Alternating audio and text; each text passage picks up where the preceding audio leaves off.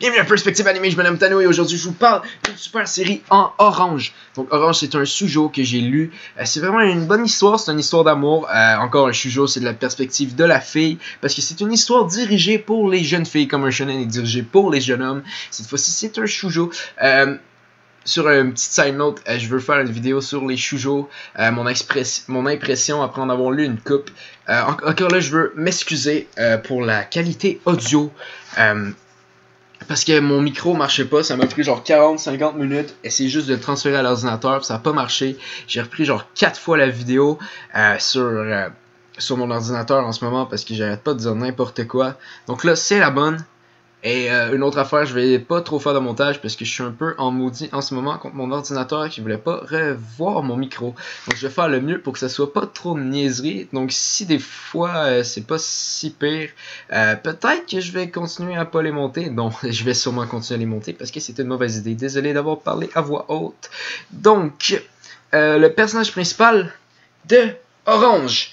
Donc, petit résumé de l'histoire. Le personnage principal a reçu une lettre d'elle-même du futur pour lui dire d'essayer de sauver d'un accident un futur élève de sa classe. Il se passe des affaires, il tombe en amour, ta. Dans les lettres, elle a reçu une lettre, mais elle a une lettre pour chaque jour. Ce qui est en soi insane d'avoir écrit tout ça. Bon, ok. Bon, les points positifs de la série par rapport à mes impressions. Donc, je pense que c'est court, c'est vraiment facile à lire. C'est court et facile à lire. Il n'y a pas trop de mots par chapitre, ce qui est bien. Pas trop de mots par page, ce qui est aussi bien. Mais s'il n'y en a pas beaucoup par chapitre, il ne devrait pas en avoir autant par page non plus. Ok, donc, c'est des chapitres de 40 pages, mais étonnamment, ça se lit beaucoup plus vite qu'un chapitre de Liar Game. Liar Game, qui est des chapitres de 19 pages remplis de mots. C'est sadique comment il répète 4 fois les mêmes choses dans les chapitres, mais c'est quand même le fun. J'ai oublié d'en parler la dernière fois dans mon impression. C'est pour ça que j'ai une liste aujourd'hui, une superbe liste avec mon téléphone que je suis en train de pitcher partout. Ok, prochain point positif. Ah oui, il y a un amour cute entre le personnage principal et le gars qu'elle veut sauver. Donc c'est un amour cute. C'est plutôt, je pense, à date, j'ai compris que c'était plutôt normal pour un shoujo d'avoir un amour cute, comme je veux dire, tu sais, comme deux baisers en 4 ans de relation. Encore là, je vais essayer de développer là-dessus dans ma vidéo sur mes impressions sur les shoujo, mais c'est juste, je trouvais ça, tu sais, je trouve ça bien là, pas d'avoir des fois des relations qui sont toujours en train de s'embrasser puis de se câliner. C'est parce que ça fait chier des fois dans un développement d'histoire. Ok. Ok. Ah oui. La série a créé un sentiment d'emprisonnement sur moi. Je me suis senti totalement transvibré dans la... Transvibré, c'est-tu vraiment un mot? Pourquoi je suis en train d'inventer des mots? Je pense que ça fait trop de minutes de suite que je parle pour vouloir rien dire. Donc, créer un sentiment d'emprisonnement. Je me suis senti propulsé dans l'histoire. Je me suis senti avec les personnages. J'ai scanné la série, je l'ai fini en pas longtemps. Je me rappelle cette soirée-là, j'avais l'impression d'avoir aucun poids sur les épaules.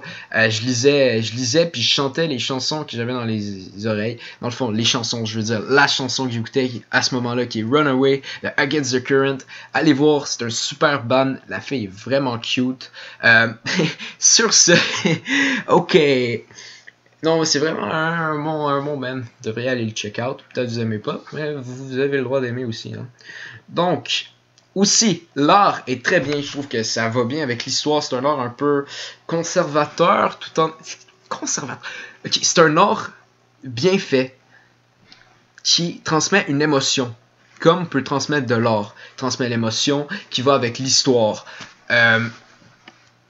Ouais, c'est pas juste ça qu'il y a à dire sur l'art. Hein. C'est bien, il fit bien avec l'histoire. Il n'y a pas plus à dire. Les couvertures, ça c'est de quoi vraiment insane. J'ai regardé, et des fois tu regardes les couvertures des mangas, t'es comme, ouais, c'est pas tant les meilleures couvertures, mais là je regarde les couvertures d'Orange, puis je dis, ça transmet juste l'histoire. Je check ça après avoir lu l'histoire, puis j'ai le goût de les acheter juste pour regarder la couverture, parce que la couverture me rappelle des bouts de l'histoire juste en la regardant. Parce que d'autres couvertures, comme admettons, je vais prendre ici, Naruto, le film, un funeste présage. Je regarde ça, puis ça me transmet aucune émotion par rapport au manga, à part le fait que Naruto va se battre, comme d'habitude. Très bon livre. Tout en couleur. Ouais, c'est quand même une scène, ça. Ok, désolé d'avoir sidetrack sur Naruto.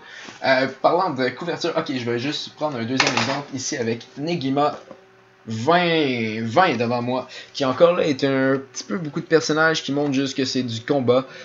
Tandis que Orange le fait bien. Une couverture qui transmet l'émotion du manga. Oh mon dieu, j'ai parlé de couverture en pitchant mes livres sur mon lit. Ok, ils sont en bon état là. Ouais, ils sont en bon état pour tous ceux qui sont fanatiques de livres non brisés. Si je les ai pas brisés, je vais juste les remettre dans ma... Et c'est correct. Juste à côté de le grimoire d'Arcandias que j'ai dû lire à l'école, qui est vraiment pas un bon livre, je le conseille pas pantoute. J'ai vraiment pas apprécié. Ok. Donc chaque manga peut ne pas être parfait. C'est le cas de Orange sur 2 points négatifs que j'ai trouvé. Donc le temps passe trop vite. Donc des sauts de 2 mois, des fois ça me fait sentir comme qu'est-ce qui s'est passé pendant les 2 mois. J'ai aucune idée de ce qui s'est passé, puis ça me rend triste sur des histoires. Peut-être que vous aimez ça, les timelapses comme ils appellent.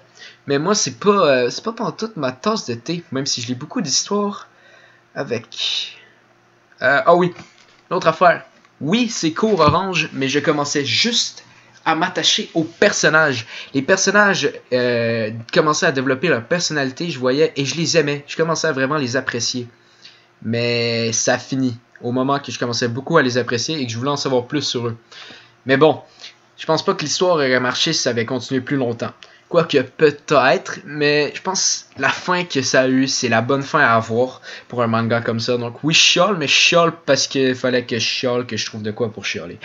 Donc sur ça, c'était Perspective Animée. Je m'excuse de cet épisode. Définitivement, je voulais parler d'Orange, puis là je sais juste, ça fait comme 30 minutes de suite que j'arrête pas de parler, fait que j'ai commencé à sidetrack. J'ai pogné Naruto. Hey! Ça me passe à ça. J'ai jamais ouvert ma pop de Eren Jaeger. Tout dans la boîte. Ok, là, excusez-moi, juste à côté du petit schtroumpf. Puis de l'intérieur d'un disque dur frappé au marteau.